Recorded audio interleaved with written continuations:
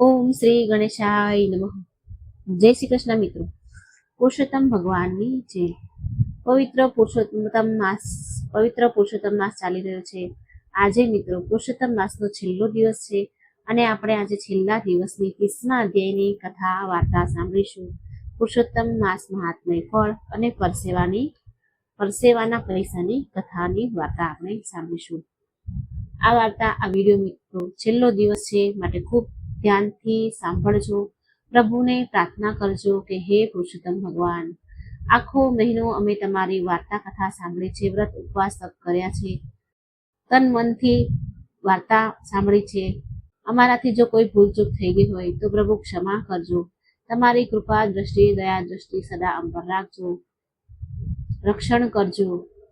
ભૂલચૂક થઈ હોય તો માફ કરજો. અને જ્યારે અમારો અંત સમય આવે, અમારું આયુષ્ય પૂરું ભોગવી અને જ્યારે અંત સમય આવે ત્યારે તમારું શરણું પ્રદાન કરજો પ્રભુ. આટલી દયા અમારા ઉપર જરૂર કરજો. આવી પ્રાર્થના કરી અને આપણે આ છેલ્લા દિવસની કથા વાર્તા પૂરી રીતે સાંભળીશું. ભગવાન પુરુષોત્તમ ખૂબ જ દયાળુ છે, ભક્ત વત્સલ છે, આપણા ઉપર જરૂર કૃપા દ્રષ્ટિ વરસાવશે. પુરુષોત્તમ માસ અધ્યાય 30મો. પુરુષોત્તમ માસ મહાત્મય ફળ કથા. ઓમ નમો ભગવતે વાસુદેવાય. સુત પુરાણી બોલ્યા, હે સોનકાદિક મુનિઓ, નારદજીએ પૂછ્યું, બધા દાનોમાં શ્રેષ્ઠ દાન કાંસાના સંપુટને કહો છું, તો તેનું કારણ શું? આનો ભગવાન નારાયણે જે ખુલાસો કર્યો તે હું તમારી સમક્ષ જણાવું છું. પૂર્વ કૈલાસમાં પાર્વતીજીએ એક વખત આ વ્રત કર્યું હતું. તેમણે મહાદેવજીને પૂછેલ કે મારે કયા પ્રકારનું ઉત્તમ દાન કરવું જોઈએ. આ પ્રશ્નનો ખુલાસો કરતા મહાદેવે જણાવેલ, સંસારમાં પુરુષોત્તમ વ્રત જેવું ઉત્તમ અને તરત ફળદાયી એકેય વ્રત નથી. આ વ્રત માટે બ્રહ્માંડના જેવા ગોળ આકારનું સંપુટનું દાન કરવું જોઈએ. ત્રાસાના સંપુટ એટલે કે ડાબલામાં 30 પુડલા ભરી તેને નાડા છેડી વીંટીને દાન આપવું. એથી તેને બ્રહ્માંડનું દાન કર્યાનું પુણ્ય મળે છે. શક્તિ હોય તો 30 સંપુટ આપવા. પવિત્ર પુરુષોત્તમ માસમાં શ્રદ્ધાળુ સ્ત્રી પુરુષોએ સ્નાન, ધ્યાન, વ્રત, નિયમ, તપને કથા શ્રવણનો અવશ્ય લાભ લેવો જોઈએ. બધા સાધનો કરતા આ માસનું અનુષ્ઠાન એ જ ઉત્તમ સાધન છે. આ માસનું મહાત્મય સાંભળનારના બધા પાપો નાશ પામે છે. પૃથ્વીની પ્રદક્ષિણા કરવાની ને ગંગા સ્નાનથી જે ફળ મળે છે તે જ ફળ પુરુષોત્તમ માસનું મહાત્મય સાંભળવાથી મળે છે. ક્ષત્રિયને રાજપાટ મળે છે. બ્રાહ્મણ જો સાંભળે તો તેને જમીન જાગીર મળે છે. વૈશ્ય સાંભળે તો તેને દ્રવ્ય મળે છે અને શૂદ્ર સાંભળે તો તેને મુક્તિ મળે છે. આ માસમાં પુરુષોત્તમ ભગવાન મોરલી અને પીતાંબર ધારણ કરનાર છે. શંખ, ચક્ર, પદ્મ, કટી, મેખલા, કુંડલાદી ધારણ કરનારનું ધ્યાન ધરવાથી અથવા જપ કરવાથી સર્વ પાપનો નાશ થાય છે. તેને સુખ શાંતિ સાંભળે છે. ભગવાન પુરુષોત્તમનું ભક્તિભાવથી પૂજન આદિ કરવાથી ઇન્દ્રદ્યુમ્ન, શત્રુદ્યુમ્ન, યૌવાનસ્વ, ભગીરથ અને ભગવાન પાસે જઈ શકતા હતા. સૂત પુરાણી પાસેથી આ કથા સાંભળીને સોનકાદિક આદિ મુનિઓએ કહ્યું, હે સૂત મુનિ, આપે અમોને ઉત્તમ ફળ આપનારી શ્રેષ્ઠ કથાઓ સંભળાવી, માટે આપ સદા સર્વદા ક્ષેમ કુશળ રહો અને હજારો વર્ષનું આવરદા ભોગવો. ઋષિ મુનિઓના આવા આશીર્વાદ પ્રાપ્ત કરી અને તેમની પ્રદક્ષિણા કરી સૂત પુરાણી તેમના નિયમ કર્મો માટે ત્યાંથી પોતાના શિષ્ય સમુદાય સાથે તેમને વિદાય લીધી. તેમણે ભગીરથને કિનારે ચાલવા માંડ્યા. શ્રી બૃહદ નારદીય પુરાણના પુરુષોત્તમ મહાત્મય ફળનો 30મો અને છેલ્લો અધ્યાય સંપૂર્ણ. હવે પુરુષોત્તમ માસની પાવન કથા સાંભળીએ. પુરુષોત્તમ ભગવાનની જય. પરસેવાના પૈસાની કથા. અનંતપુર નગરીના રાજાનું નામ ચંદ્રસેન હતું. તે ઘણો દયાળુ અને પરોપકારી હતો. રાજકાજની સાથે સાથે ધર્મ ધ્યાન પણ કરે, વ્રત નિયમ પણ કરે. એવામાં પુરુષોત્તમ માસ આવ્યો. રાજાએ અને રાણીએ પુરુષોત્તમ માસનું વ્રત કર્યું. તેઓ દરરોજ નદીએ સ્નાન કરવા જતા, કાંઠા ગોરમાનું પૂજન કરતા અને ત્યાં બેઠેલા બ્રાહ્મણોને દાન દક્ષિણા આપી મહેલ આવતા. બધા બ્રાહ્મણો રાજાની દક્ષિણાનો સ્વીકાર કરતા, પણ એક બ્રાહ્મણ દક્ષિણા ન લે. દેખાવે દરિદ્ર જણાતો હતો. એ બ્રાહ્મણ નમ્રતાથી રાજાને ના પાડે. રાજા બહુ આગ્રહ કરે તો બ્રાહ્મણ કહી દે કે છેલ્લા દિવસે તમારે જે આપવું હોય તે આપજો. રાજાને થયું કે આ બ્રાહ્મણ દરિદ્ર છે, તેથી તેને વધારે દક્ષિણાની આશા હશે. કાંઈ વાંધો નહીં, છેલ્લે દિવસે હું તેને રાજી કરી લઈશ. આમ કરતા પુરુષોત્તમ માસનો છેલ્લો દિવસ આવ્યો. રાજાએ દરેક બ્રાહ્મણને એક એક સોના મોહર દાનમાં આપી. છેલ્લે પેલા દરિદ્ર બ્રાહ્મણનો વારો આવ્યો. રાજાએ તેને 5 સોના મોહર આપી. બ્રાહ્મણ નમ્રતાથી બોલ્યો, હે રાજન, આ દ્રવ્ય આપ ક્યાંથી લાવ્યા છો? રાજા કહે, કેમ, મારા ખજાનામાંથી લાવું છું. બ્રાહ્મણ કહે, જાણીએ અજાણીએ અનીતિનું ધન પણ આ ખજાનામાંથી આવી ગયું હોય. મારે તો આપની ખરી કમાણીનું ધન જોઈએ છે. રાજાએ પૂછ્યું, આવો આગ્રહ રાખવાનું કઈ કારણ છે? બ્રાહ્મણ કહે, હે રાજન, દક્ષિણા લેવાનો તો મારો ધર્મ છે. તમે આપવા જોગ અને હું લેવા જોગ છું, પણ મારે તો શુદ્ધ ધન જોઈએ છે. તમારા પરસેવાની કમાણી હોય તો આપો, હું ખુશીથી લઈશ. આ સાંભળી રાજા બોલે, આવતીકાલે સવારે તમે મારા મહેલ આવજો, હું મારા પરસેવાની કમાણી તમને આપીશ. આ સાંભળીને બ્રાહ્મણને સંતોષ થયો. હવે તે પોતાના ઘરે ગયો. બ્રાહ્મણીને એમ કે આજે ઘણી દક્ષિણા લઈને આવશે, પણ ખાલી હાથે આવેલ જોઈ તે બ્રાહ્મણ પર ગુસ્સે થઈ. જ્યારે બ્રાહ્મણે જણાવ્યું, રાજા આવતીકાલે દક્ષિણા લેવા તેને રાજમહેલ બોલાવ્યા છે. આથી બ્રાહ્મણી રાજી થઈ ગઈ. ગુસ્સો બધો ઉતરી ગયો અને મનમાં થયું કે કાલે રાજા ઘણું બધું ધન આપશે, એટલે પોતાનું દરિદ્ર ફીટી જશે, મટી જશે. સાંજ થવા આવી. રાજા ચિંતામાં પડ્યો. પરસેવો પાડીને કમાણી કરવાની હતી.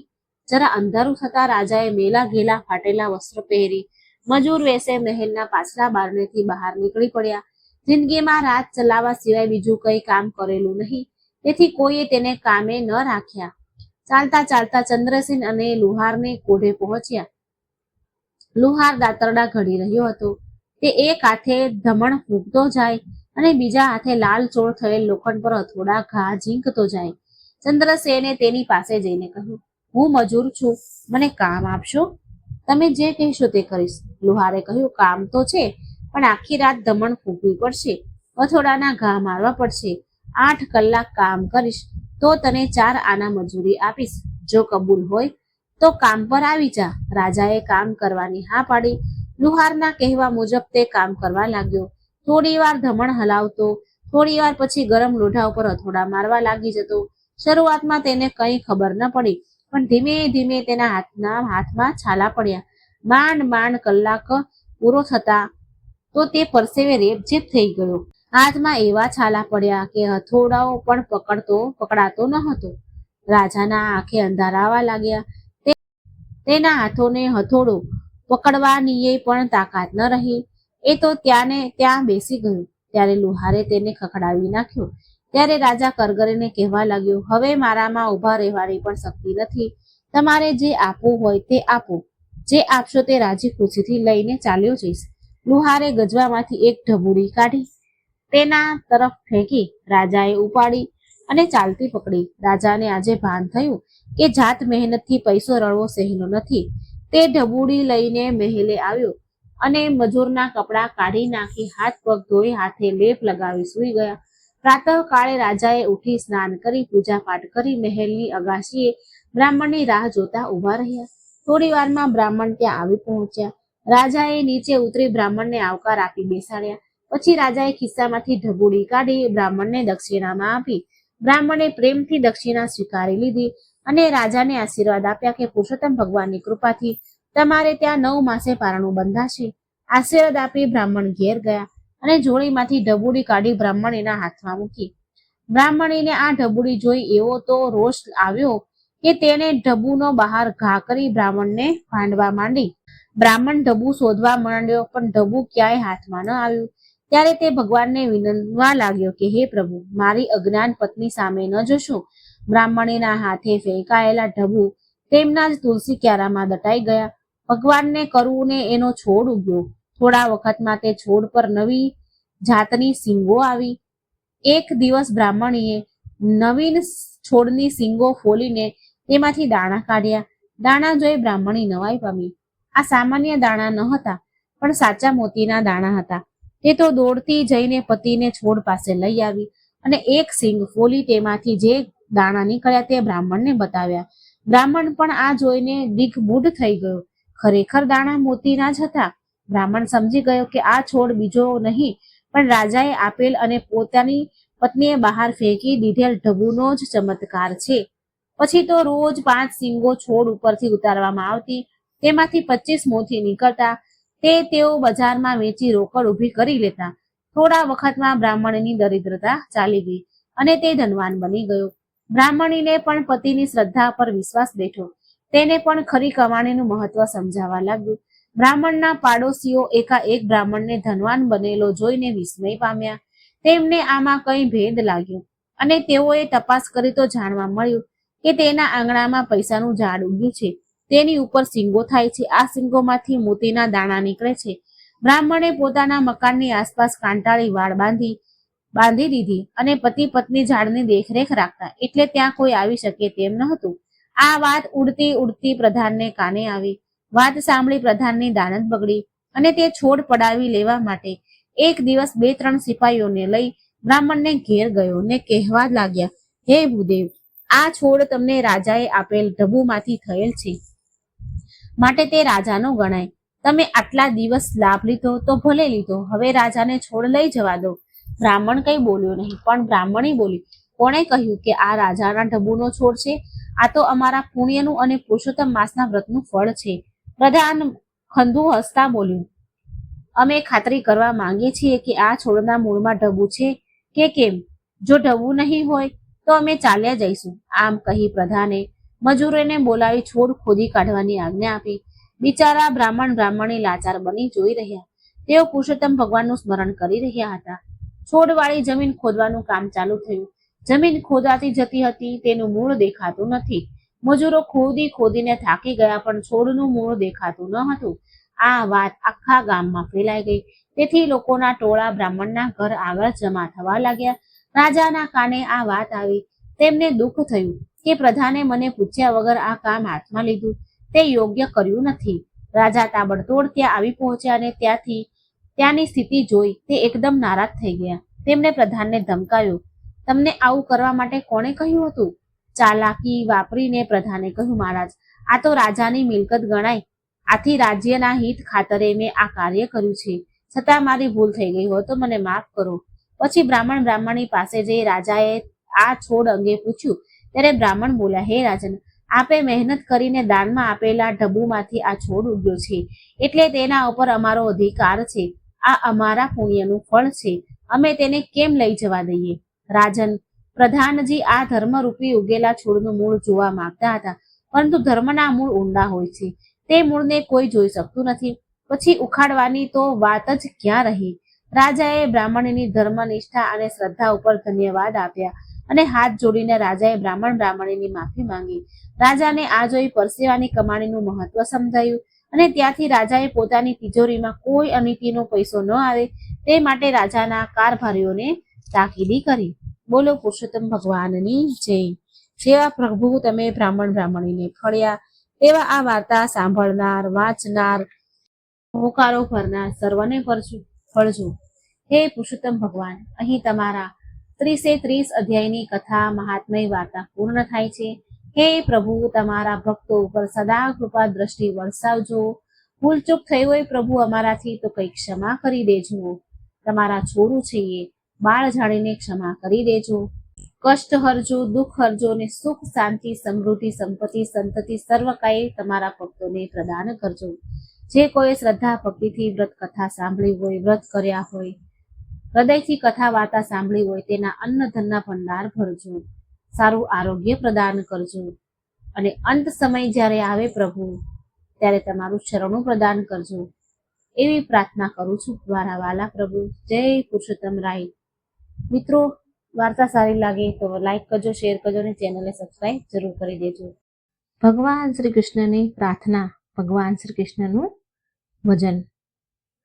અધરમ મધુરમ વંદન મધુરમ નયનમ મધુરમ હસિતમ મધુરમ હૃદયમ મધુરમ ગમનમ મધુરમ મધુરાધિપતેરખિલમ મધુરમ વચનમ મધુરમ ચરિતમ મધુરમ वसनं मधुरं वलितं मधुरं चलितं मधुरं भ्रमितं मधुरं मधुराधिपतेरखिलं मधुरं वेणुमधुरा रेणुमधुरा पाणी मधुरा पादो मधुरा नृत्यं मधुरं सङ्ख्यं मधुरं